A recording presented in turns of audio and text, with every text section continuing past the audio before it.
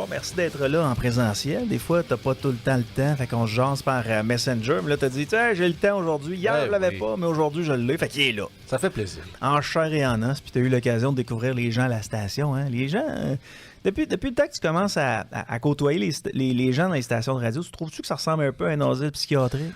Oui, mais contenu. Des gens un peu des gens dysfonctionnels. Il y a comme 75 sujets en même temps au travers de 6 personnes. C'est des atomes atomiques, mais c'est ça, contenu un peu comme dans les centrales nucléaires. Tu sais, quand ils sont bien contenus, pour qu'on les siphonne de la bonne manière, ça fonctionne très bien. Ils sont très utiles à la société, mais en état de liberté, des fois, ça peut être un peu spécial. Mais là, je blague à peine, bien évidemment. Mais tu commences à t'habituer. Ben oui, je suis un gradué de l'école de radio. Fait que je fais techniquement partie de cette espèce-là, si on peut dire ça comme ça. Fait que non, c'est vraiment du monde super sympathique, puis c'est vraiment take together, puis ça doit être des teams un peu au niveau de la radio, mais en même temps, on est toute une méchante grosse famille, pareil. Là. Exact. Et toi aussi du podcast Yann et Frank? Oui, toujours. Ça vire toujours? Oui, c'est vraiment le fun. On continue d'avoir notre groupe. Là, on est en mode un peu plus, peut-être pas ralenti, mais en fait, parce que là, vu que l'été arrive, là, tranquillement mais pas vite, on va arriver en mode slow news day pas mal. Mais justement, ça, c'est pas une grosse stratégie, là. C'est pas un secret des dieux, mais vu que justement la majorité des radios tombent en vacances l'été, nous autres, on en profite. Vous allez être là. On fait du contenu pour vous autres, pour que les gens nous écoutent pendant que vous n'êtes pas là. Mais non, c'est ça. Fait que tu sais, il y a des intervenants que je faisais avec les En toute liberté, comme Karim Elayoubi, Jacinthe Everel, vous entendez sur la station, et d'autres qui ont fait le dernier de la saison la semaine dernière. Fait qu'on va les revoir cet automne. Fait que de mon côté, ça me fait un petit peu moins de job. Je me plains pas de l'autre côté, mais en même temps, on focus sur des nouvelles affaires. Justement, vendredi, on part un nouveau segment d'émission avec mon ami Samuel Rasmussen, ça s'appelle le Debug, parce qu'on avait déjà le débrief avec Samuel qui était un live le lundi soir. Là, on fait le Debug, c'est que moi puis Sam, on game pendant 2 heures de temps live sur les réseaux sociaux, puis on répond aux questions des gens, que ce soit gaming, politique, philosophie, name it, en chillant vendredi vous soir. Vous amusez, puis c'est ça l'important. Ouais, c'est pour ça que vous avez une formule gagnante. Bon, t'es cofondateur de Génération Ambition. C'est quoi ça, Génération Ambition? C'est un mouvement, en fait, conservateur transpartisan. En fait, à l'origine, c'est qu'on n'est pas un parti politique, on n'est pas une aile jeunesse, mais on est un regroupement de jeunes. La raison pourquoi j'ai cofondé ça avec Héloïse Coulombe et plusieurs autres, c'est justement pour donner une voix dans les médias, à la fois à la radio, mais également dans les podcasts, les médias mainstream, pour que quand on a des politiques publiques, que ce soit au niveau des gouvernements, au niveau de quoi que ce soit, que les jeunes qu'on consulte, mais c'est pas uniquement des gens d'une certaine gauche plus radicale, je dirais très écolo, très montréalocentrique, parce que des jeunes de droite au Québec, il y en a. Et c'est pas de la droite raciste ou whatever, c'est majoritairement de la droite fiscale, surtout premièrement, qui sont plus genre à en avoir plus dans leur poche, etc. Mais ça, c'est weird, Joey. Tu sais, on écoutait un segment tantôt de Jacinthe Harel qui, comme tu l'as dit, est à la station une fois de temps en temps avec la gang de Rage Against, puis elle vous jase une fois de temps en temps dans le podcast Yann et Frank. Elle va à Montréal. Puis là, elle entend parler de l'extrême droite. Puis elle est obligée de dire, attendez un peu, là, l'extrême droite, c'est pas de l'extrême droite, là, c'est du centre droit, tout simplement. Puis à Montréal, on dirait qu'ils sont pas habitués à entendre des gens leur dire à peu près le contraire de ce qu'ils sont en train de dire, tu sais. Puis ils sont un peu comme, elle vient de dire quelque chose, elle vient de dire qu'il n'y a pas d'extrême droite. Puis elle avait raison. Puis tu l'as dit tantôt avant qu'on rentre en onde, c'est comme si l'extrême gauche n'existait pas à leurs yeux. Non, tu sais. C'est ça. Puis pour mettre en contexte, en fait, c'est que c'était dans l'émission de Gérald Filion que j'ai mis le montage sur mon compte Twitter pour ceux qui s'intéressent. C'est qu'en fait, Gérald Filion demandait à Jasmine et l'autre intervenante, je pense que c'était Tasha Carradine, puis Antonine Iaccarini, qui demandait justement à la suite des élections européennes qu'il y a eu évidemment en Europe et qu'il y a eu beaucoup, le Rassemblement national de Marine Le Pen a eu une majorité pour ce qui est de la France et donc au Parlement européen. Puis là, Gérald Filion commence le segment. Donc, la montée de l'extrême droite en Europe. Et dit, qu'est-ce que ça vous dit, Jacinthe? Puis elle a carrément dit, non, c'est pas de l'extrême droite. Dernière nouvelle, les gouvernements fascistes des années 30, que ce soit Franco, Hitler, Mussolini, sont plus là, tu sais. Puis moi, ce qui me frustre tout le temps, c'est que premièrement, j'embarque dans le bandwagon de ma petite Bob Côté là-dessus quand il dit que l'étiquette d'extrême droite, premièrement, c'est ça, parce que c'est un peu comme un genre de gros préjugé politique. C'est comme si, puis je pense aucunement, mais c'est comme si on parlerait, à toutes les fois qu'on parlerait dans les médias mainstream des Autochtones, alors on a une montée des sniffers de gaz, tu sais, c'est quoi ça? Voyons, non, comment ça? Tout le monde se dit ça, mais personne se dit, c'est quoi votre définition de l'extrême droite ou de l'extrême gauche pour la même mesure? Personne peut vous dire la même affaire. Mais j'ai l'impression qu'ils utilisent le terme extrême droite pour dire le mal. Oui, c'est étiqueté. Comme disait Bob Côté, c'est pas pour décrire, c'est pour décrier. Quelqu'un d'extrême droite, c'est quelqu'un que la gauche haït ou aime pas. Ouais. Alors qu'au contraire, est-ce que je pense que le Rassemblement national est un parti d'extrême droite? Je pense qu'ils sont assez à droite, je dirais même très à droite au niveau social. Par contre, si vous regardez le programme fiscal de Marine Le Pen, c'est une étatiste, c'est une socialiste, une femme de gauche, fiscalement parlant. Mais non, vu que on dirait que pour les médias mainstream, c'est que si t'es contre l'immigration de masse ou en général plus au niveau de l'identitaire, t'es considéré comme extrême droite, même si tu serais très socialiste, limite écologiste au niveau fiscal, non, c'est pas important. Mais l'immigration de masse, on le voit actuellement au Québec, là, on a reçu plus d'immigrants qu'on aurait dû en recevoir. Ouais. On les aime, les immigrants, on a besoin d'eux dans notre société, mais à un moment donné, il faut bien les intégrer, en commençant par les loger sur le sens du monde. On n'est pas capable de le faire. Donc ça crée des frustrations tant chez les immigrants que chez les autres qui se disent, attends un peu, là, je suis même pas capable de me loger moi, puis ils font rentrer encore des gens. Fait que quelqu'un qui dit... Hey, l'immigration de masse, on pourrait peut-être faire attention, est étiquetée comme raciste, alors que c'est pas ça pantoute. Ben, c'est qu'il y a un juste milieu entre les deux. C'est que pendant longtemps, ça c'est très historique, là, plusieurs historiens politiques et philosophes pourront vous en parler longtemps, c'est que la gauche travailliste qu'on a vu au 20e siècle et au-delà, ça a vraiment été toujours le travailleur. La gauche classique qu'on a connue, qui est de moins en moins présente, qui est de plus en plus rare en Occident, c'est vraiment la gauche proche de la classe moyenne, proche de l'ouvrier. Certains diraient de la gauche marxiste, mais ça, c'est vraiment plus à l'extrême. Encore là, je n'irais pas jusque-là. Mais au fil du temps, ils ont remplacé l'ouvrier, je veux dire blanc, de la classe moyenne, parce qu'on est dans un pays nordique, il ne faut pas se le cacher, on est au Québec, là, mais dans d'autres places, c'est différent, par l'immigrant, par les minorités visibles, par ça. Puis je dis pas de ne pas s'en occuper de l'immigration. Oui, ça prend des bonnes techniques d'intégration, il faut lui apprendre le français, quoi que ce soit, mais c'est rendu que pendant longtemps, aujourd'hui, c'est que si tu remets en compte l'immigration, vous baissez les seuils, tu es considéré comme un raciste. Ouais, mais à un moment donné, c'est pas ça. C'est comme si on pouvait plus se parler. Tu sais, avec la gang de Génération Ambition, vous êtes hyper pertinent. Il y a plusieurs sujets qui sont abordés, mais vous les abordez, ces sujets-là. Il n'y a pas personne qui est à côté raciste, xénophobe. Ouais, faut en jaser. On a besoin de combien d'immigrants par année au Canada, puis être capable de bien les recevoir. Puis on est capable d'établir un nombre d'immigrants qu'on peut recevoir, puis respectons-le. Tu sais, la relation avec François Legault puis Justin Trudeau est pas... c'est pas la meilleure des relations. T'sais. Puis ils en ont parlé hier d'immigration. Puis François Legault disait que les problèmes avec les logements, c'était 100% lié à l'immigration de masse au Canada. Puis il a obtenu 750 millions de dollars, mais lui, il voulait du cash, bien entendu. Mais ce qu'on sait, c'est que les villes sont un gros problème pour ce qui est de la construction des logements, des édifices à logement. Ils ont retardé pendant plusieurs années. Montréal, c'est plus de 3 ans pratiquement pour lever un édifice de terre. Ça n'a pas de bon sens. Et quand la fameuse critique de Pierre Poilievre sur nos 2 champions maires et mairesses en les traitant d'incompétents, à Québec, ça a changé. Au mois de décembre, ça a commencé à changer. Les gens qui avaient demandé à monter des édifices à logement, ils ont eu des réponses plus rapides qu'avant parce que Pierre Poilievre est sorti en disant « Ces gens-là, c'est des incompétents ». Eux autres étaient bien fâchés de ça. Oh, les médias, comment osent-ils? Ils osent dire la réalité. Hey, c'est proscrit, ça, là. Ces maires-là, on les aime, ils sont de notre bord. Mais le message a passé. Le message a passé, puis à Québec, ça va bien. Mais tout ça pour dire que, tu sais, quand on dit extrême droite, c'est pas parce qu'on remet en question l'immigration de masse qu'on est automatiquement raciste. Ben non, au contraire, on veut leur bien à ces gens-là. Et surtout que la vision politique des gens qui utilisent ces termes-là est incomplète complètement. Parce que de un, autant que s'il y a un extrême d'un bord, par définition, il y a l'extrême de l'autre. Mais semble-t-il que non, l'extrême gauche, ça n'existe pas. Non, c'est la gauche militante. Tu sais, faut les comprendre, là, tu sais, Yann. Tu sais, c'est très difficile. Tandis que j'ai l'impression que, mettons, on prend un échiquier politique classique. Tu as le centre, mettons qu'on y va. OK, centre. Dans le tête, c'est centre, centre-droit et extrême droite. Tu sais, dans ma tête, moi, c'est plus centre, centre-droit, droite, très à droite et extrême droite. Mais non, c'est tout dans... Non, là, on est rendu plus grand que ça, surtout que un meme qui est devenu ultra populaire que Elon Musk avait posté sur son Twitter il y a quelques années par rapport à la fenêtre d'Overton. C'est un petit bonhomme qui s'était marqué « moi », qui, à l'origine, il se mettait comme peut-être centre-gauche, mais les gens ont comme changé, qu'on dit « move the goalpost », comme on appelle.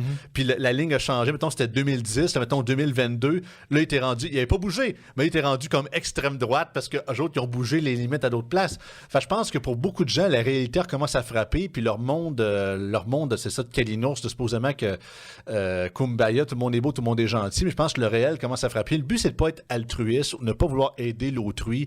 La majorité des gens qui ont voté pour le Rassemblement national en Europe, c'est majoritairement des travaillistes, là. C'est pas du monde d'extrême droite. Le fascisme n'est pas en montant en France, calvaire, je veux pas le voir. Je dis pas que des partis plus extrêmes ou très à droite ne peuvent pas devenir d'extrême droite. Par contre, ça prend un alignement des planètes complètement hallucinant. Tu sais, l'exemple classique, c'est l'Allemagne des années 30 quand Hitler a pris le pouvoir. Tu sais, on était dans une période où c'est justement, il y avait eu le diktat, l'inflation, ça prenait 500 000 marks pour acheter une livre de pain. Il y avait une règle stupide au Parlement, au Parlement de Weimar, qu'à seconde qu'un parti politique élu sacrait son camp de la Chambre alors que la séance n'était pas finie, il resettait le compteur, il fallait qu'il fasse une nouvelle élection à chaque fois. Hitler en a profité.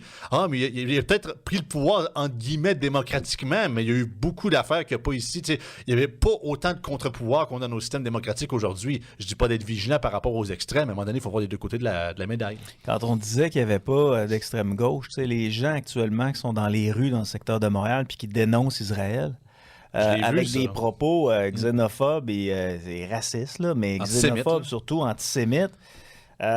C'est quoi ça? C'est pas de l'extrême droite? Ben, justement, Ratian en parlait hier, les méga rassemblements, supposément à Paris, contre l'extrême droite, ça n'a pas de bon sens. Dans la foule, je ne sais pas pourquoi, il n'y a pas un maudit de drapeau français. C'est tout le temps des drapeaux de la Palestine ou des drapeaux antifa ou quoi que ce soit. Mais ça, c'est pas de l'extrême gauche, c'est de la gauche militante. C'est des gens qui sont consciencieux de l'environnement et de la société, blablabla. J'étais à Montréal il y a 2-3 semaines. Je participais à un séminaire de l'Institut économique de Montréal toute une semaine. Et à tous les jours, je passais devant le fameux campement pro-Palestine à McGill. Ouais, on va en parler tantôt d'ailleurs. Puis j'ai vu la période, parce que c'est la période de graduation à McGill il y a quelques semaines. Et j'ai vu plusieurs personnes se prendre en photo à côté de nos chers amis. Puis ils ont le droit de s'exprimer. Mon but, c'est pas de les canceller, c'est qu'à un moment donné, c'est ça. J'ai l'impression qu'à un moment donné, c'est du deux poids, deux mesures parce qu'on a vu l'histoire des terrasses dernièrement à la Ville de Montréal. C'est des gens, quand on met ça dehors tout de suite à coup de 12 employés de la municipalité armés. Mais je veux rester dans le débat gauche-droite. Tu sais, attends un peu, là. Les gens qui disent l'immigration de masse, ça peut être nocif pour une société si on n'a pas le temps de bien intégrer ces gens-là puis de les loger sur le sens du monde. Ces gens-là vont être dans la misère puis ils vont se retrouver dans la rue. Peut-être pas d'emploi puis ils vont essayer peut-être de trouver une autre façon pour gagner leur vie qui peut être néfaste pour une société.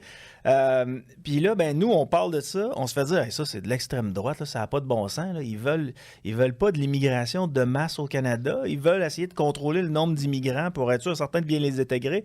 C'est nous qui sommes de l'extrême droite. Mais de l'autre côté, tu as les gens qui détestent les Juifs, qui, eux autres, sont dans la bonne gang. Sont à gauche, eux autres. C'est pas de l'extrême droite, ça. Moi, mes yeux à moi, quelqu'un qui déteste les Juifs pour les tuer, sont à l'extrême. C'est ça, j'allais dire, le fascisme, l'antisémitisme fasciste, et puis à droite, il est rendu à gauche, pas mal pour pas dire. Je dis une certaine partie de la gauche, je vais quand même être indulgent, là, mais quand même. C'est tellement une version binaire de la société, tout blanc ou tout noir. Je dis souvent en joke, puis c'est pas voulu de faire une blague, mais on vit dans 50 nuances de gris. Puis pas dans le livre, mais tu sais, il y a tellement de nuances partout. Et par définition politique, un extrême ne peut pas être une majorité de la population, par définition, tu sais. Même dans le temps de l'Allemagne nazie, la majorité des petits soldats de la Wehrmacht n'étaient peut-être pas des extrêmes ou des antisémites. Ils ont été endoctrinés beaucoup là-dedans. Ouais. Mais tu sais, ils ont fait ce qu'on leur demandait. Exactement ça. Puis il y a eu beaucoup d'anthropologues qui ont parlé de ça longtemps pour dire à quel point que c'est ça, c'était comme culturel de l'Allemand de toujours obéir aux ordres, peu importe que ce soit ton père, ton professeur, ton officier de l'armée, whatever. Même si ça n'avait pas de maudit bon sens. Exactement. Fait que c'est pour ça que je trouve tellement que c'est spécial. Parce que surtout, ce qu'ils ne comprennent pas, c'est un peu spécial, mais la troisième loi, Third Law of Motion, la troisième loi de la motion de Isaac Newton dit une réaction va créer une réaction égale et opposée à cette dite réaction. Il ne faut pas se le cacher. Pierre Poilievre, il n'y aurait pas de Pierre Poilievre s'il n'y avait pas eu de Justin Trudeau. Là, on a eu un balancier très, très à gauche. On s'entend que c'est carrément le NPD au pouvoir présentement. C'est le déficit à côté. Politique LGBT, patente plus, que je critique beaucoup, même moi qui est ouvertement gay. Fait qu'avant de me traiter d'homophobe, attendez 2 petites secondes. Mais tout ça pour dire que là, on était beaucoup, beaucoup, beaucoup à gauche. Mais là, il y a un retour du balancier qui arrive, là. Parce que le monde, monsieur, madame, tout le monde, qui était peut-être pas prêt il y a quelques années à voter pour quelque chose d'un peu plus à droite plus, je dirais pas drastique, mais beaucoup plus à droite décomplexé qu'avant, mais ils se rendent compte que si on veut retourner à l'équilibrium, ça va prendre une médecine de cheval plus puissante que ce qu'on a là. Parce que c'est comme un chiffre, Yann. Mettons que, justement, on prend un chiffre purement pour hasard. Mettons, on prend un chiffre de 100. Mettons que Justin Trudeau arrive, OK, là, il met justement 100 au niveau de la gauche, puis l'équilibrium, c'est 0. Mais là, les médias se diraient, mais là, si les conservateurs rentrent, il faut qu'ils fassent des petites réformettes, mais juste un peu, là, pas trop, parce qu'on ne peut pas embarquer dans l'extrême droite. Fait que, mettons, OK, Pierre Poilievre rentre, il arrive, il fait juste 50 points de retour à équilibrage. On est encore à gauche, peut-être plus centre-gauche, mais là, fait que là, le cycle continue, peut-être un 10-12 ans, un nouveau parti libéral ou whatever, NPD, rentre au pouvoir, il rajoute un autre 100. On est rendu à 150. Les conservateurs reviennent dans 10-12 ans après. Encore des petites réformettes, on est rendu à 100, encore à gauche. Mais c'est pour ça que là, à un moment donné, les gens comprennent, ce que les médias et beaucoup de politiciens ne comprennent pas, c'est qu'à un moment donné, les gens vont retourner à l'équilibre qui était avant. Un juste milieu. Puis on dit souvent, le pouvoir est au centre, mais malheureusement, le Parti libéral du Canada de Paul Martin, c'est pas tout le Parti libéral du Canada de Justin Trudeau. Fait que c'est pour ça que les gens sont prêts aujourd'hui, puis on le voit partout dans le monde, à divers degrés, je comprends, on n'est pas dans les mêmes politiciens, dans les mêmes politiques. On le voit à certains égards avec Donald Trump aux États-Unis, malgré que le gars, c'est pas un libéral anti-État concret. Là. La joke que Frank aime beaucoup le dire dans le podcast avec nous autres, c'est que Donald Trump, c'est un péquiste américain. C'est un gars très protectionniste, très à augmenter la dette des États-Unis, très dépensier, mais qu'on voit par exemple avec Nayib Bukele au El Salvador, qu'on voit avec Javier Milei en Argentine de certaine façon, Donald Schultz aux Pays-Bas.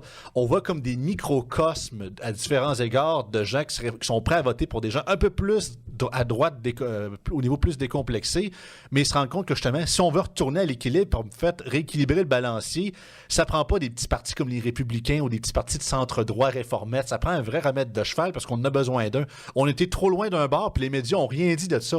Oh non, on est dans le progrès, on est pour l'environnement, puis de ci, de ça. Fait qu'à un moment donné, les gens sont pas caves, ben si on veut retourner à l'équilibre, ben ça prend quelque chose de plus fort. Quand tu étais à Montréal, il y a de ça quelques jours, puis tu passais à côté de la gang qui zigonnait des pancartes en disant Abba Israël, tu leur as-tu dit, à ta communauté dont tu fais partie, que tu trouves que des fois il y a un peu de débordement, tu leur as-tu dit où est-ce qu'on serait mieux? On serait-tu mieux avec la gang du Hamas et la Palestine, nous autres, ou on serait mieux à l'intérieur des murs d'Israël avec notre communauté? Sont-ils au courant de ça? Je pense que oui, mais c'est un vrai running gag, excusez-moi. Là, c'est carrément c'est les poulets en faveur du poulet Kentucky. Là, gay for Palestine, c'est carrément le poulet pour le colonel Sanders. Là, parce que ces gens-là ne pourraient pas vivre en Palestine. Non. Ils seraient tués. Pas nécessairement plus par les autorités, par le Hamas. Je pense qu'il y a beaucoup de Palestiniens qui sont très ouverts. Mon but, c'est pas de dire que dans 90% des Palestiniens sont anti-gays ou anti-LGBT, whatever. Mais justement, au contraire, Tel Aviv, en Israël... C'est la place. Je pense que quasiment, je ne vais pas me tromper, mais je pense que c'est entre 30 et 40% de la population de Tel Aviv est LGBT. Parce que justement, c'est comme un sanctuaire. C'est la seule place dans le Moyen-Orient que tu peux être gay ou lesbienne sans te faire couper la tête, en bon guillemets. Là. Puis fait que c'est rendu un refuge. Puis c'est une des plus grandes. Puis les Juifs, autant qu'ils sont très conservateurs au niveau de la religion, quoi que ce soit, mais ils sont très ouverts à ces gens-là pareil. Fait que c'est pour ça que je me dis, puis mon but, c'est pas de vouloir être vous devez absolument être 100% Israël. C'est un débat très nuancé. Il y a de la faute du bord du Hamas. Il y a de la faute du bord d'Israël au niveau historique. Mais le problème, c'est que c'est ça. C'est que voir ça d'un tout blanc, tout noir, malheureusement, j'ai l'impression que c'est ignorer une grosse partie de l'histoire de l'humanité. Mais j'adore ton image. C'est la communauté LGBTQ+2 qui zigonne des pancartes pro-Hamas puis pro-Palestine. C'est les poulets qui zigonnent des pancartes PFK dans le stationnement. Ça n'a pas d'allure. T'as peu pogné 2 minutes. Hey, je veux te jaser un peu des sujets d'actualité qui ont marqué Québec aujourd'hui. C'est le fameux rapport de la Caisse de dépôt et de placement qui a été rendu, on ne dira pas public tout de suite, là, c'est des brides qui ont sorti dans les journaux. Ça a été fait par express, ou dit en passant. Oui, c'est sûr. Là. Parce qu'on veut peut-être s'ajuster dans le rapport lorsqu'il sera rendu public. Je sais qu'il y a une partie du rapport qui était rendue publique pour ce qui est des maires, mais nous autres, on va en avoir peut-être un peu plus mercredi et jeudi, quoique le maire de Québec était on le savait, on s'en doutait depuis plusieurs semaines que des gens comme Bruno Marchand étaient déjà qui étaient plus de bonne humeur que quelques semaines, que c'était un gros red flag. C'est de l'info de l'Hôtel de Ville de Québec. Là. Ça fait 2 semaines qu'il y a le rapport que les journalistes ont eu hier. Ça fait 2 semaines qu'il est là sur son bureau. Il a dit une semaine plus tard que c'est pas vrai, il n'y avait pas d'information, mais le maire de Québec est un menteur. On ne peut plus croire en Bruno Marchand parce qu'on sait qu'à chaque mois, il était briefé par la Caisse de dépôt écouté le dernier conseil municipal qu'il y a eu il y a environ une semaine, on voyait vraiment qu'il n'osait pas le dire, mais ça se peut qu'il y ait de quoi, puis t'es comme, tu marches vraiment sur le fil, mon homme. Là. Ça va-tu être un tramway? Ça va-tu être un tramway plus léger? Ça va-tu être un valse? Ouais. Ça va-tu... Il était parfaitement au courant de ce qu'on allait apprendre cette semaine, puis il en a encore profité pour nous mentir. Mais bref, le rapport a été déposé.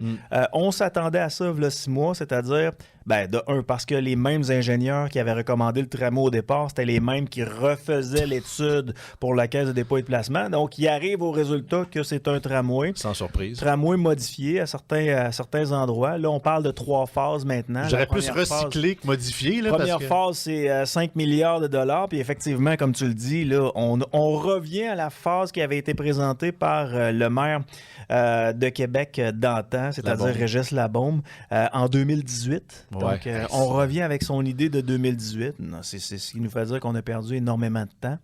Et y a-tu d'autres choses qui a leaké aussi? L'affaire du 3e lien. Là, le 3e lien, oui, effectivement. Ce qui est le plus surprenant, c'est que la Caisse de dépôt et de placement admet qu'au niveau commercial, c'est assez particulier si on doit fermer le pont Pierre-Laporte pendant 1 journée, 2 journées, peut-être des semaines, qu'on fasse le détour par le pont La Violette. Qui est déjà dans pas très bon état en passant. Qui est en rénovation présentement. Oui. Puis à ça, j'ajouterais, des fois, c'est le genre de choses que j'aime jaser avec les invités qui parlent d'actualité, c'est... Tu sais, on le savait qu'il y avait une problématique, là, mais quand on confrontait les politiciens, j'ai encore confronté Monsef de Ragy ce midi, puis quand il était venu, là, 4-5 mois... Il devait être content, lui, du rapport, lui, c'est quoi le plan B, M. de Ragy, advenant le cas d'une fermeture du pont Pierre-Laporte pour ce qui est des camions? Puis Monsef de Ragy, en tout respect, moi, c'est un de mes préférés. Là. Je le trouve drôle, je le trouve pertinent. Il est le fun à jaser. Il m'avait regardé, puis lui, il se prononce pratiquement chaque jour là, sur ce type de dossier-là là, à Québec. Là, sur le « non, 3e lien, on n'est pas pour ça », puis « go, tramway ». Puis dans ses yeux, quand j'ai posé la question, c'est quoi le plan B dans le cas d'une fermeture du pont Pierre-Laporte? Par où on passe? J'ai senti le néant. Alors que comme un chevreuil devant des hôtes, là, tu sais, c'est comme ça. Alors que ce gars-là, Joey, se prononce à tous les jours contre le projet de 3e lien. Je sentais le néant, mais je me suis dit, t'es peu, là. Lui, il n'est pas au courant que le plan B, c'est par la Violette. Puis à ce moment-là, je lui avais appris. Puis là, il avait semblé un peu sur le qui-vive. Et il dit, nos experts nous disent qu'actuellement, le pont Pierre-Laporte est correct pour supporter tout ça. Puis là, je me suis dit, ouais, mais tes experts disent ça. Mais ils t'ont pas parlé du pont La Violette, advenant le cas d'une fermeture du pont Pierre-Laporte. Donc, ton dossier dans ta tête est incomplet et à tous les jours, tu te prononces là-dessus. Ça a été la même affaire pour Marc Tanguay. Marc Tanguay, qui justifiait qu'on n'avait pas besoin de 3e lien, n'était pas au courant non plus du plan B. Là, la Caisse de dépôt et de placement le mentionne. Au niveau commercial, ça n'a pas de maudit bon sens parce que c'est un détour de plus de 200 km, mais... Ce qu'ils ne savent pas, c'est que quand on parle au service de police, quand on parle au service incendie, quand on parle au service de santé, on se partage des services interrives. Ah non, puis vous n'avez pas d'allure. Sérieusement, moi, tu m'apprends ça me flabbergasse. Parce que tu vois une carte, je suis désolé, la moitié du Québec tient à coup de scotch tape, puis ce scotch tape-là, il s'appelle le pont Pierre-Laporte. Vous ne pouvez pas comprendre à quel point le jour qui arrive n'importe quoi, une catastrophe naturelle, un attentat terroriste, name it, que le pont est plus utilisable, le Québec est littéralement coupé en 2. Ça n'a pas d'allure. Puis là, le rapport d'Infra nous dit « Ah, mais au niveau de la mobilité, c'est pas un plus-value. » Ça n'a jamais été une question de mobilité. Oui, à une légère... Je dirais, je vais me corriger. Ça l'était légèrement parce que ça évitait justement au transport lourd de passer par le centre-ville de Québec, par Capitale, etc., pour aller, pour ceux qui se dirigeaient vers, par exemple, la Côte-Nord, le Saguenay et vice-versa. Mais à part de ça, c'était justement parce qu'on voyait que le pont de Québec était en fin de vie, que justement, contrairement, je dis souvent que j'étais d'accord avec Catherine Dorion quand elle disait que le 3e lien, c'est un projet du 20e siècle. Je suis d'accord, c'est en 90 qu'on aurait dû le faire. En prévision, mais au Québec, on est plus genre à guérir que prévenir, malheureusement, fait qu'on est pogné avec ça. Et c'est flabbergastant. Écoute, je me rappelle, je pense que je l'avais déjà compté ici, mais peut-être que je vais le revenir. Fin de l'hiver 2019, j'étais au cégep de Lévis, je finissais mes études, et c'était après une grosse période de verglas, et il y avait des méga grosses plaques de glace qui tombaient sur le pont Pierre-Laporte, puis il y avait littéralement fermé le pont pendant pour une journée. Des heures, parce que là, c'était comme des poules pas de tête. Là. La municipalité, la ville de Québec, la ville de Lévis, les gouvernements, ça n'a pas de bon sens. Là, dans le temps, il y avait encore 2 traversiers. Là, on va donner le traversier gratuit parce que ça n'a pas d'allure, puis tout. Il n'y avait aucun plan.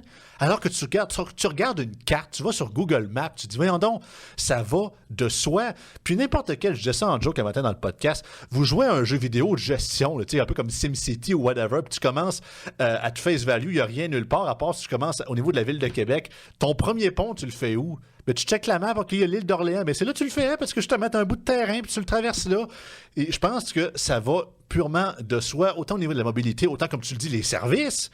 T'sais, on dit souvent, vous allez défigurer l'île d'Orléans.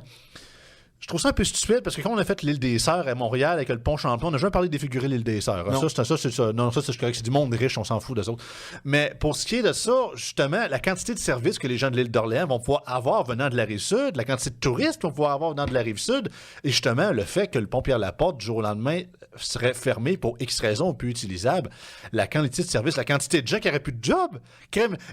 Inversement, des gens qui habitent à Québec travaillent à Lévis, ceux qui habitent à Lévis travaillent à Québec. Ça serait le monde, oui, vous allez me dire, il y a le télétravail. Oui, mais c'est pas de la job de tout le monde. Je pense que, sérieusement, les gens comme Gabriel Nadeau-Dubois, ou peu importe, ont mis tous leurs œufs dans le béton du pont Pierre-Laporte. Puis je souhaite pas qu'il tombe. Moi, je souhaite qu'il dure encore 50 ans. Mais c'est extrêmement dangereux de mettre tous nos œufs dans ce même panier-là. Parce que le jour... je ne veux pas qu'il ne veut pas qu'il arrive, mais le jour qu'il peut arriver une catastrophe comme ça, la quantité de gens qui seraient impactés à la fois sur la Rive-Sud et la Rive-Nord et à travers les banlieues des deux villes... ça serait une catastrophe. Une pure catastrophe qui durerait des semaines. Donc aujourd'hui, on a le dépôt de ce... En fait, on a des brides du rapport. Je parle à Monsef de Ragy. Je me souvenais de la discussion que j'avais eue avec lui il y a quelques mois en lui parlant de la solution. C'était le plan B, c'était le pont La Violette, puis ça n'avait pas de bon sens.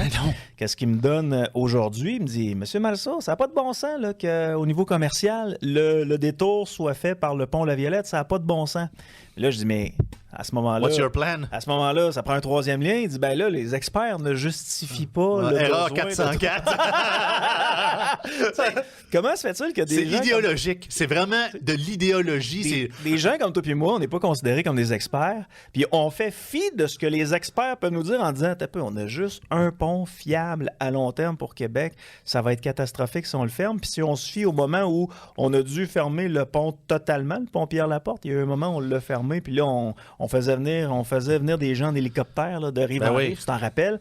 Il y a eu un moment donné aussi où il y a un gars qui avait décidé d'aller gratter sa guitare au-dessus du pont Pierre-Laporte. On avait fermé le pont Pierre-Laporte. Ça, c'était une catastrophe. Il y a même un animateur de radio qui avait dit « tirez-le, puis quand il va tomber, récupérez-le avec un filet. » Si, bon, moi, je serais pas aussi saucé que ça, là.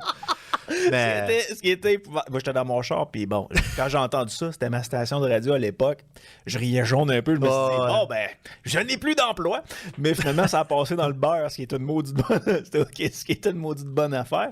Mais c'était catastrophique. Donc, des nobody, comme toi et moi, on se dit, hey, juste un pont à long terme, ça n'a pas de bon sens. Mais des politiciens qui se prononcent chaque jour sont incapables d'admettre que ça n'a pas de bon sens si un spécialiste ou un expert l'a pas dit au départ. Hashtag les experts. Hein. Ouais. C'est toujours les mêmes qui sont consultés. Puis c'est souvent, c'est unanime. Vous allez me dire, mais la CAQ est pour le troisième lien. Excusez-moi. Là.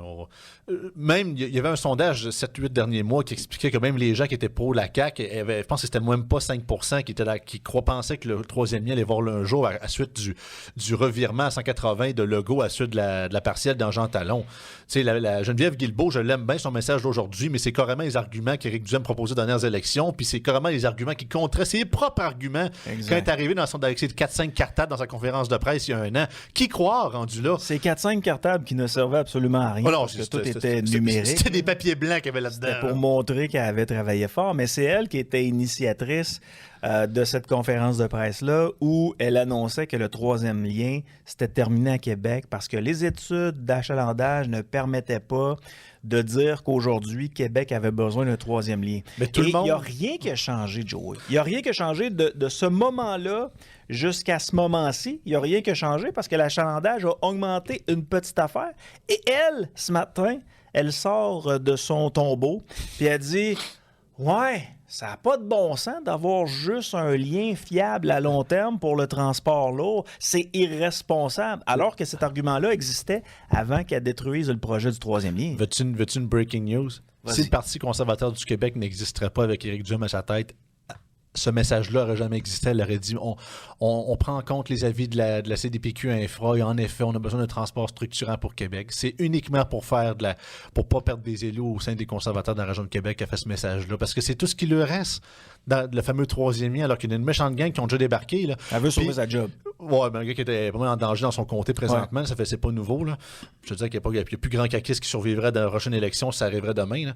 Mais c'est un unanimisme parce que dans leur tête, dans la tête de nos chers experts, sont en mode de réingénierie sociale via l'urbanisme. Parce que le tramway de Québec, là, c'est une excuse, là. Parce qu'on le voit, il y avait zéro... ça allait moins vite que l'auto, ça coûtait un bras. Au niveau du transport puis de l'entretien, ça coûtait un bras aussi. Il n'y avait pas de plus value, de valeur supplémentaire. Mais ça, c'est uniquement un fer de lance dans le but de réingénieriser la ville au grand complet pour faire la guerre à l'auto, pour coerciser la population à quitter leur char pour prendre le transport en commun. Pas parce que le transport en commun, il est mieux.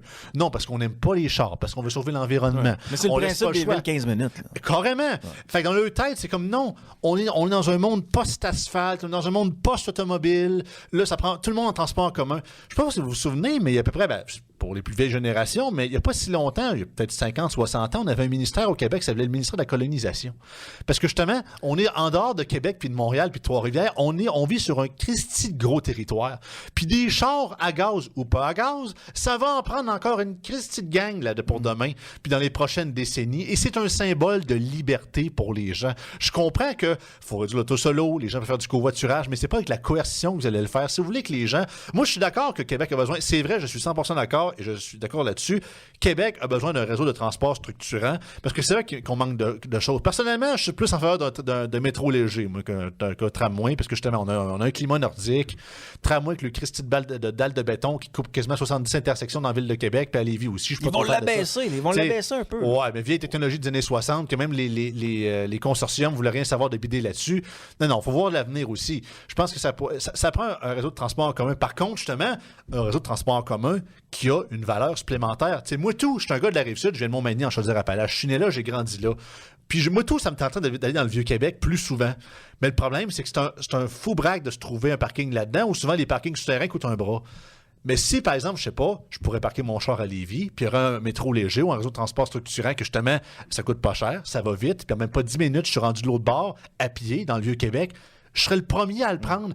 Mais le Christy de logique du maire Marchand et toute cette gang d'écologistes-là, ce qui m'écœure, c'est que c'est pas faites un projet de transport collectif ou de transport en commun que ses propres valeurs supplémentaires, que ce soit le coût qui coûte pas cher, puis qu'il soit utile à l'agréable, puis qu'il soit plus rapide que le char, le monde va embarquer. Non, il faut forcer les gens à le prendre, même si c'est moins vite, même si c'est plus cher, parce qu'on veut forcer les gens à cause d'une maudite idéologie écologiste derrière ça.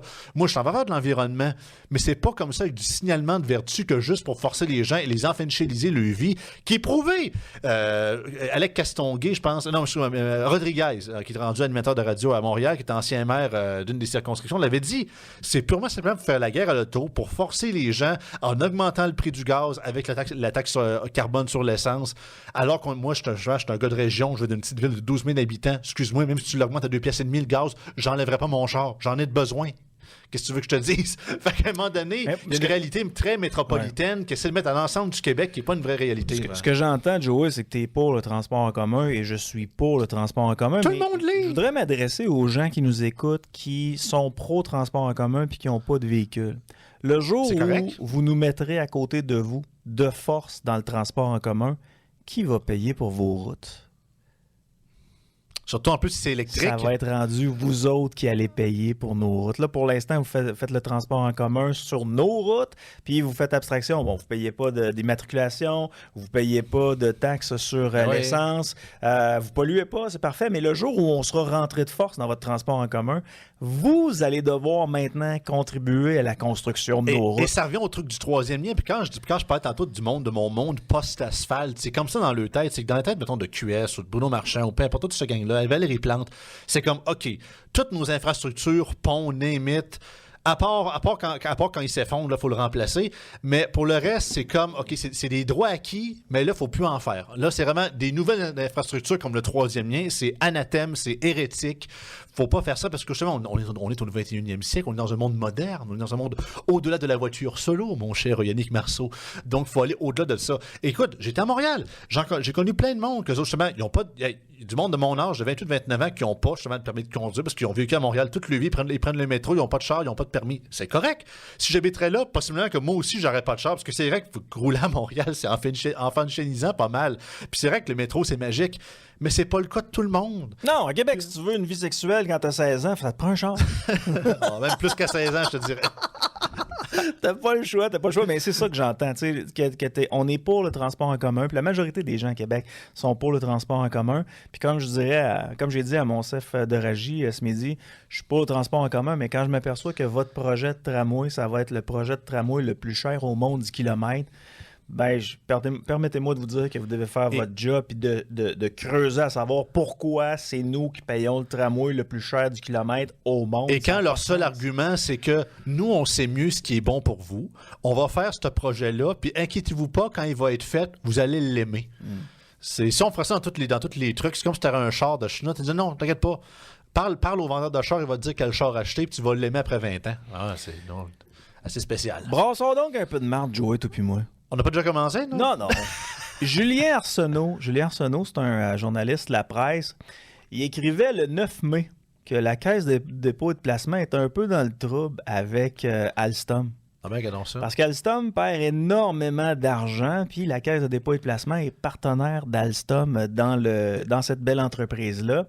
Et qu'est-ce qu'ils font, Alstom? Ben, ils font des métros, ils font des tramways, blablabla. Entreprise française. Qui ont acheté Bombardier, d'ailleurs. Et ce qu'on sait, c'est qu'on a dû encore délier les cordons de la bourse, puis on a pigé dans les poches des Québécois pour réinvestir dans Alstom qui ne va pas bien. Honnêtement, j'ai été voir l'action ce matin. Ça a augmenté, mais la Caisse de dépôt et de placement, qui est dans une étude à savoir si on a besoin d'un tramway à Québec ou pas. Fait par Alstom. Qui est partenaire d'Alstom, puis que le tramway va être fait par Alstom. On peut-tu se permettre de douter? Ah, absolument. On peut-tu se permettre de se poser des questions? J'irai encore plus loin. Pourquoi la Caisse doit prendre dans le bonnet des Québécois au lieu justement de prendre uniquement les rendements de ses investissements pour payer ça? Parce qu'il y a à peine un an, peut-être ça fait justement un an, la Caisse avait fait un article dans différents médias, ça a fait les nouvelles d'ailleurs. La Caisse est rendue idéologique, mon cher Yann. Donc, il y a environ un an, peut-être un petit peu moins, ils ont annoncé que la Caisse de dépôt et de placement du Québec n'investirait plus dans aucune industrie pétrolière et gazière à travers le monde.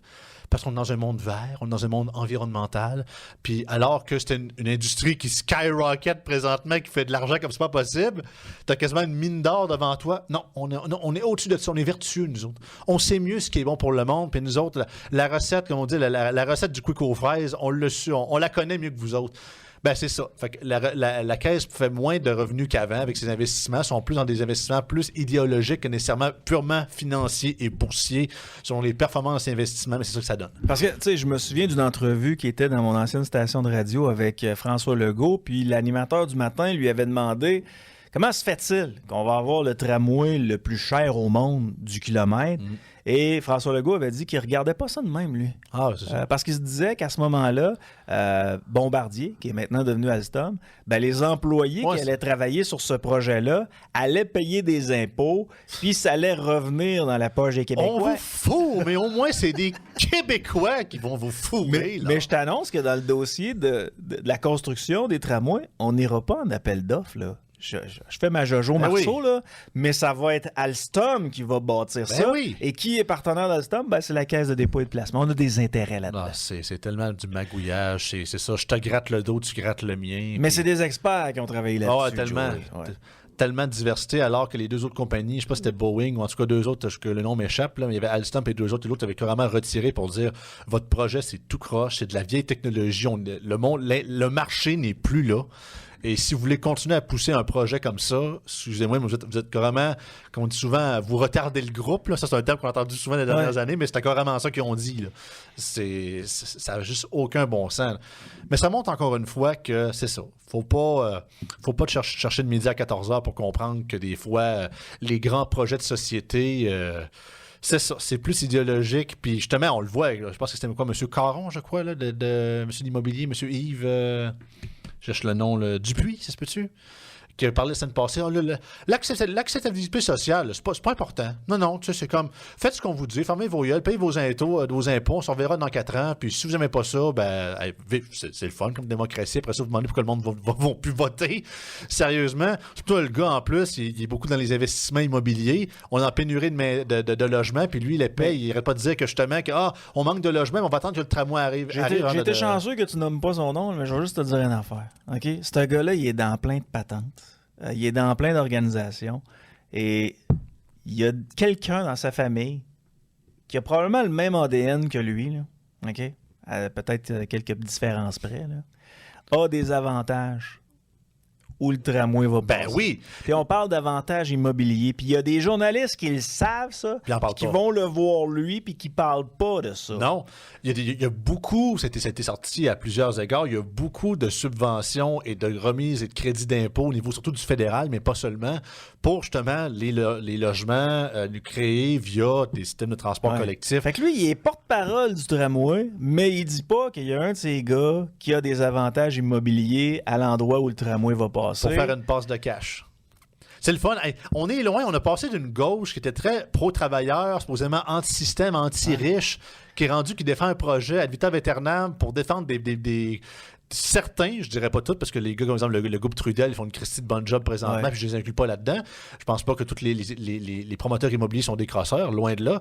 Mais certains, justement, va embarquer dans le bandwagon, pas pour aider la Ville de Québec, mais pour se faire une passe de cash là-dessus. Parce que, sérieusement, on le regardait et on disait, mais comment ça, il devient capitaine tramway? Il prendra jamais le tramway. Le gars est multimillionnaire, est à la retraite depuis des années. Il y a plein d'organisations par rapport au tramway. Qu'est-ce que c'est ça? Jusqu'à temps qu'on creuse et qu'on s'aperçoive qu'il y a des membres de sa famille qui seraient bénéficiaires lorsque le tramway sera mis en place. Écoute, c'est peut-être un hasard, Joey. Encore là, je te parlais d'Alstom. Achetez-vous un auto 649 si vous pensez que c'est un hasard. Mais c'est assez particulier. Hey, on est avec Joey Aubé de Génération Ambition. Pour les gens qui veulent en savoir plus sur Génération Ambition, on peut vous retrouver à quel endroit? On est tous sur les réseaux sociaux disponibles, TikTok, Instagram, Facebook. On a un groupe Messenger Facebook. On a également un serveur Discord pour ceux qui sont plus... On cherche la jeunesse partout aussi qui sont. Fait qu'on est pas mal partout. On est en construction encore de notre site Internet, mais dans les prochains mois, il devrait être disponible. Donc, stay tuned. Puis si vous souhaitez nous rejoindre, envoyez-moi un message, soit via nos réseaux sociaux ou sur mes réseaux sociaux personnels, Joey Aubé, Joey Aubé Chroniqueur sur Facebook et Twitter. On fait une courte pause, on vient. Marceau, le soir.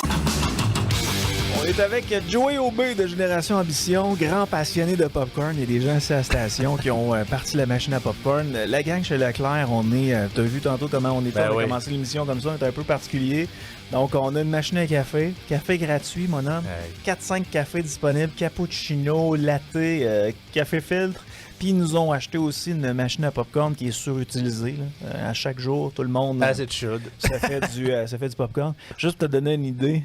Puis je sais pas si au départ, il avait pensé à ça, puis s'il avait planifié ces chiffres-là pour ce qui est de la machine à café. Mais en 4 mois, il s'est pris ici plus de 4000 cafés. Et c'est mal. En 4 mois. On a du monde performant à Leclerc Communication. Non, mais mets ça à 3 piastres du café, là. Ah, c'est cash-ling. Vous avez des bons boss, en tout cas. C'est ça. Ben, ça peut être un avantage imposable, ça, là. Je devrais-tu dire ça à la radio?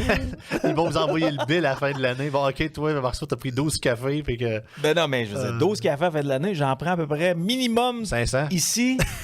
3, puis des fois 4 par jour. C'est sûr que j'ai 2 chiffres. Par jour? Ouais, 3, 4 par jour. Fait que calcule ça, 4 fois 3, ça fait bien 12, ça. C'est bol. Fait que je sauve 12 piastres par jour pendant 5 jours. Fait que j'en paye l'année. Tu t'hydrates parce que le café, c'est un diurétique. Ça enlève les flux de ton corps, ça les augmente pas. Ouais, rendu à la maison, c'est un peu de Coors Light. Ouais, pas mal. Donc, Joey Aubé de Génération Ambition. Hey, il me restait à parler avec toi de quelques sujets encore.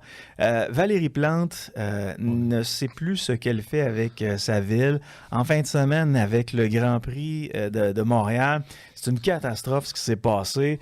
Des policiers armés avec des préventionnistes qui sont là du service des incendies de la Ville de Montréal qui décident de fermer 4 terrasses dans le ici et maintenant. Pas hey, écoute, on va repasser ce soir, puis on va te dire quoi changer, puis demain, si c'est pas fait, ben tu pourras pas ouvrir cette terrasse-là. Ce qui est en cause, c'est des marquises. Ce qui est en cause, c'est des chapiteaux. Donc, les marquises, là, c'est un peu ce qui t'empêche de recevoir de la pluie sur la tête, là, qui peut être très près des bâtisses. Puis ça semblait déranger bien gros les préventionnistes. On a décidé de sortir ces gens-là des terrasses. C'est hallucinant ce qui s'est passé. On parle de problèmes de communication. Elle ne s'est pas excusée directement. Elle a envoyé ses sous-fifres à la télé à Montréal, à Radio-Canada pour dire OK, on s'excuse, mais ouais. Elle l'a pas fait. Pardon, mon oncle. Elle est persuadée que sa ville a plein de potentiel, alors que pour ceux qui ont été à Montréal dans les dernières années, c'est une catastrophe ce qui s'est passé avec cette ville-là. Il y a des endroits où c'est des zombies qui sont dans la rue. Il y a des itinérants un peu partout. La ville est sale et tout ça. On semble pas bien s'occuper de ces gens-là. Puis là, il arrive ça avec Montréal. Elle est entachée. Elle va-tu réussir à se rendre au prochain mandat? Autant que je n'étais pas certain hier, mais là, c'est ça. Là, premièrement, c'est assez spécial. Parce que ce que tu me parles de la fermeture des 4... Premièrement, des 4 terrasses. Premièrement, supposément que le groupe de 12 pompiers, préventionnistes, whatever, supposément que c'était organisé. Il y avait même un genre de nom. C'est comme Opération Patente. Opération, oui. Oh, ouais, c'était quasiment en version équipe de la SWAT. Wow, là, on n'est pas à Gaza. Là, on est sur la rue Peel à Montréal. Total, il était à peu près une vingtaine. J'en parlais avec Jérôme Blanchet-Gravel hier. Il était à peu près une vingtaine, puis il y avait des policiers qui les accompagnaient, là, armés, là, puis on vide les terrasses. Comme si les gens sur la terrasse étaient des criminels. Comme si le propriétaire du restaurant était un criminel. Et vous voyez vraiment, puis là, je parlais du retour du balancier tout à l'heure, à quel point la proportionnalité de la réaction d'un bord comme de l'autre est complètement différente. Qu'on parle du camp pro-Palestine, je sais que ça a quand même brassé à McGill. C'est ça, à McGill. Qu'on parle justement en général de l'itinérance ou quoi que ce soit, ou justement de la criminalité à Montréal qui a beaucoup augmenté dans les années, et juste 4 terrasses, on envoie quasiment 12 agents. Ah non, c'est flabbergastant. Puis écoute, là, ils ont envoyé, comme tu l'as dit, ils ont envoyé le représentant, un no-name que personne ne connaissait. Puis là, ils ont envoyé les agneaux sacrificiels, malgré qu'ils ne sont pas tant sacrifiés que ça. 2 employés suspendus avec salaire. Hey, méchante punition. Des fois, ça peut être la honte de te faire suspendre. Quand tu te fais suspendre, leur nom est sorti dans les médias. Fait qu'on va se souvenir de ça. Je pense pas qu'ils se fassent sacrer dehors pour ça, honnêtement. Les médias demandaient... La commande venait d'en haut. Ouais, les médias demandaient du sang, puis ils étaient unanimes là-dessus. Ils ont donné 2-3 morceaux de viande, puis il reste à voir s'ils vont être assez affamés encore après, mais sérieusement, Valérie Plante aurait dû démissionner de cette histoire-là. Mais pourquoi c'est si facile de vider 4 terrasses pendant le Grand Prix, mais McGill, là, les camps qui sont faits avec des tentes, puis il y a des petits feux qui se font au travers, puis des panneaux de bois qui sont volés un peu partout pour des rénovations à travers la ville de Montréal. Pourquoi les préventionnistes, ils vont pas là avec les pompiers? Je pense que c'est beaucoup une question d'image. Je connais pas toutes les je connais pas tous les restaurants qui ont le terrasse était fermé, mais je sais que c'était beaucoup des restaurants, je sais qu'il y avait de l'italien à travers de ça. Disons que si ça arrêtait des restaurants, mettons, de certaines minorités visibles ou certaines parties du monde souvent plus marginalisées, ou par exemple, si ça arrêtait des restaurants du village gay, par exemple, est-ce qu'on aurait eu une aussi grande proportionnalité de réponse à l'hypersécurité? Y aurait-tu fait ça au festival de jazz, au Francophonie? C'est ça. La question se pose, pour être bien franc, là. Puis sérieusement, écoute, je ne veux pas faire de la pub nécessairement, mais Valérie Plante, elle a répondu, en grand guillemets, elle a été au micro de Paul Arcand à Montréal hier, puis même, écoute, Paul Arcand, personnellement, c'est pas l'intervieweur, je trouve, le plus challengeux, mais même lui, en comparaison avec ce qu'elle répondait, ça avait quasiment l'air d'un gars fou-braque, là, parce qu'elle arrive là, elle demande, savez-vous qui a donné l'ordre? C'était quoi la raison pourquoi ça a été fait ça? Puis ça a été un 18 minutes de « Ah, je suis venu répondre à vos questions, mais juste pour vous dire qu'on va faire un post-mortem demain, puis je suis pas au courant. Puis tout va bien à Montréal. » C'est merveilleux.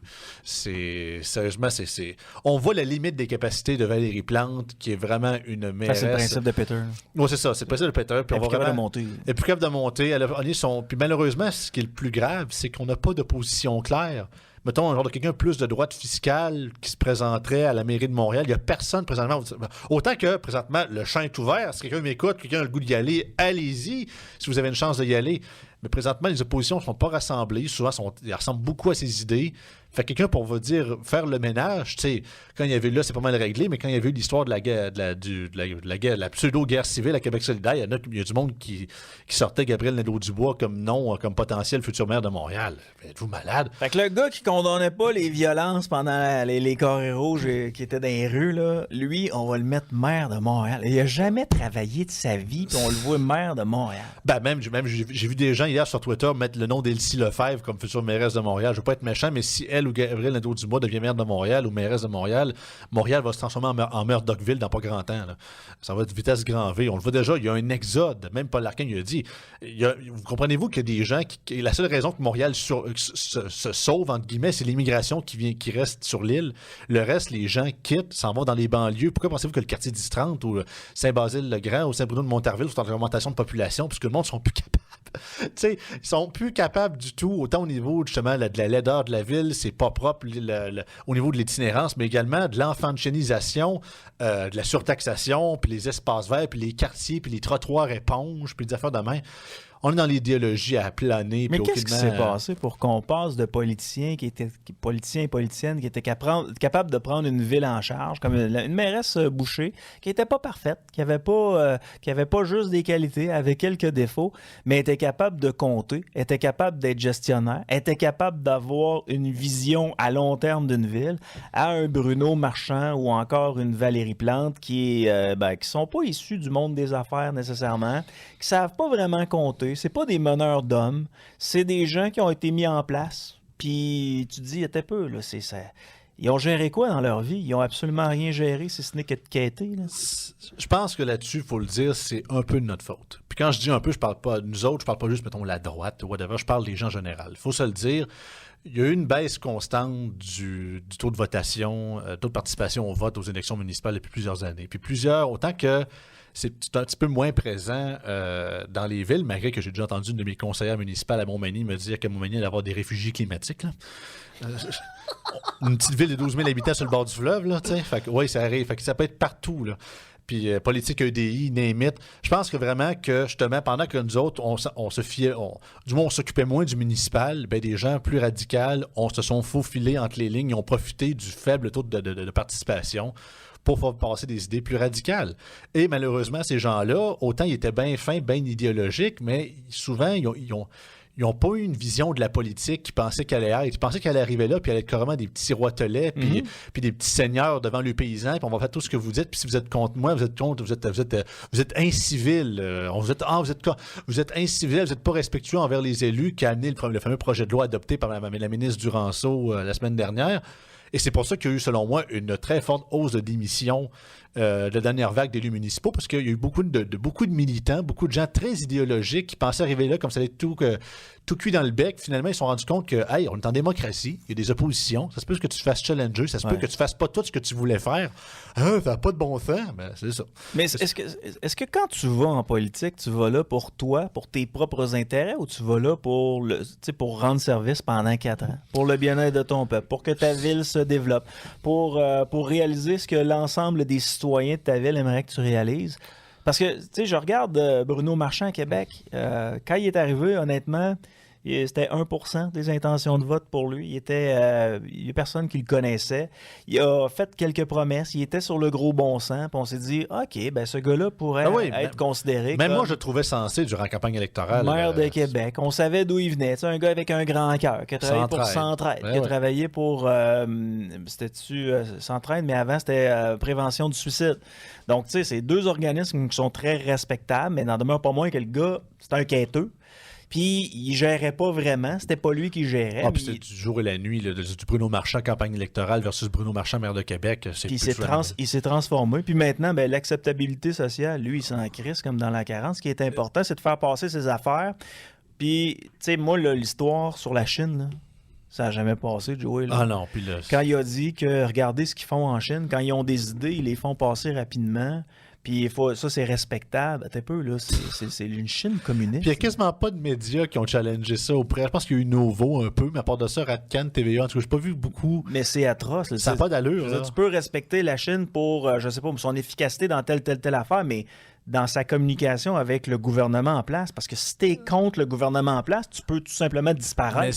Mais si Éric Duhem parle des bonnes valeurs du gouvernement du Turkménistan, qui est une dictature, à seconde, il doit avoir 15 articles de journaux pour dire que c'est un mange-marde. Oui, exact. C'est dans le monde dans lequel on vit, mesdames et messieurs, qu'est-ce que vous voulez que je vous dise? Mais pour venir à ta question par rapport à ce que les gens ont oublié, comment faire de la politique, je pense que oui. Puis je parle pas juste au municipal, je pense vraiment à travers...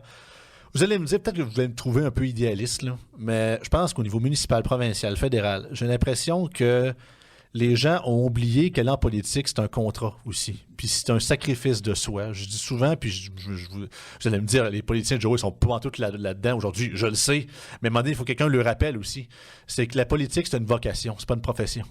Et le principe, justement, que là on avait des élus dernièrement là, qui disaient, ben là, j'ai moins de temps, j'ai moins de vie privée, puis de ci, puis de ça, il faut que les gens respectent ma vie privée. Ben, oui. L'ex-député de Jean Talon, là, qui quitte parce qu'elle ne peut pas être ministre. On peut la comprendre. Là. Je la comprends. Regarder Éric Kerr, elle se disait pourquoi pas moi? Elle était plus qualifiée qu'Éric Kerr, pas ton numérique, pour être bien franc. Là. Pourquoi lui? Elle a décidé de quitter pour des raisons entre guillemets familiales. On s'est aperçu qu'elle s'était trouvé une job entre-temps pendant son mandat. 2 semaines après, elle était à Ajoute. Ben oui, c'est ça. Puis là, elle était à Ajoute. Puis en plus, elle a fait d'autres apparitions pendant le jour à LCN. Je veux dire, on se rend compte que cette fille-là, tout ce qu'elle voulait, c'était se sauver de la politique. Là.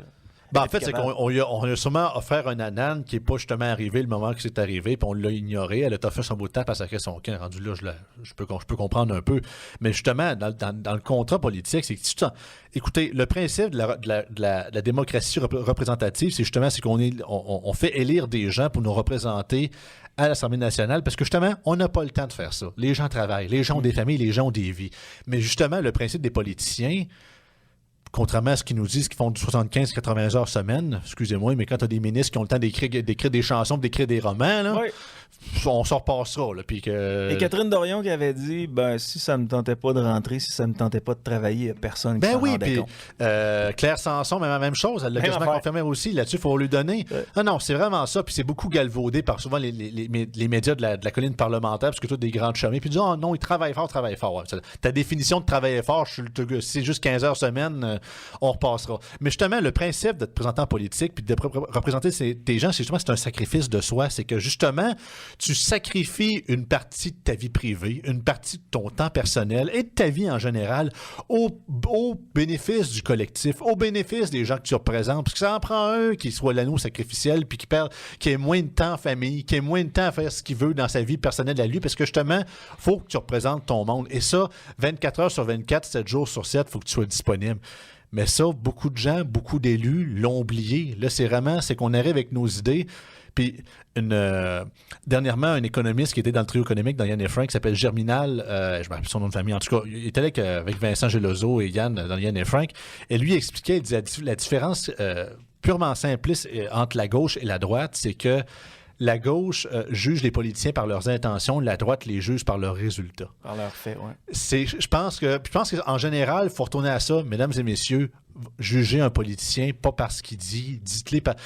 c'est quasiment biblique, là, le serment de la montagne, jugez-les par leurs fruits. Ben, c'est carrément ça. Ça date pas d'hier. C'est très bien dit. Puis la nouvelle mairesse ultra écologiste de Gatineau qui vient de lire, elle a l'air super fine, elle a l'air super cute, mais écoutez-la parler 2 secondes, et alerte rouge. Puis le pire, c'est qu'on parlait que l'ancienne mairesse était partie à cause d'intimidation, pas de ses citoyens, par rapport au parti d'élus que la nouvelle mairesse faisait partie. Puis là, elle a dit récemment dans une entrevue à Radio-Canada qui dit carrément que là, toutes nos décisions du conseil municipal vont se faire en fonction de la crise environnementale à Gatineau. Ah non, c'est du grand n'importe quoi. Joe Aubé, ça a été un plaisir. On va reprendre ça dans quelques semaines, mon ami, si tu le veux bien. Joe Aubé, Génération Ambition, on vous rejoint comment? Sur Twitter, partout, tous les réseaux sociaux possibles, TikTok, Instagram, Twitter, Discord, Facebook, si vous voulez nous rejoindre, contactez-nous sur toutes ces plateformes-là, si vous voulez nous rejoindre également. On est en train de terminer notre site Internet, on est en train également aussi de continuer à faire des consultations pour écrire notre manifeste. En fait, c'est un peu nos fameuses valeurs qu'on va voter démocratiquement, qu'on va mettre sur papier pour défendre par la suite. Présentement, je vous dirais que c'est moi et Héloïse Coulombe, qui est co-porte-parole, qui en général font plus la promotion de ça. Je vous dirais qu'à 95%, je suis pas mal dans le bouillage de ce que nos membres représente, mais justement, sachant que c'est un mouvement transpartisan, on a des gens, oui, du PCQ, mais également des gens du Parti libéral du Québec et d'ailleurs, puis le but, c'est de donner une voix à la jeunesse québécoise qui est plus de droite, anti-wokiste, qui est pro la méritocratie des gens et qui est à bout du maudit signalement de vertu, puis sont à bout de justement, quand on entend parler de les jeunes dans les médias, c'est justement des jeunes de gauche très militants qui ne représentent pas leurs idées. C'est toujours un plaisir. Je vous souhaite de passer une agréable soirée sur les ondes de Boulevard 102.1. On se reparle demain 11h pour ce qui est de Marceau le midi. Merci d'avoir été là.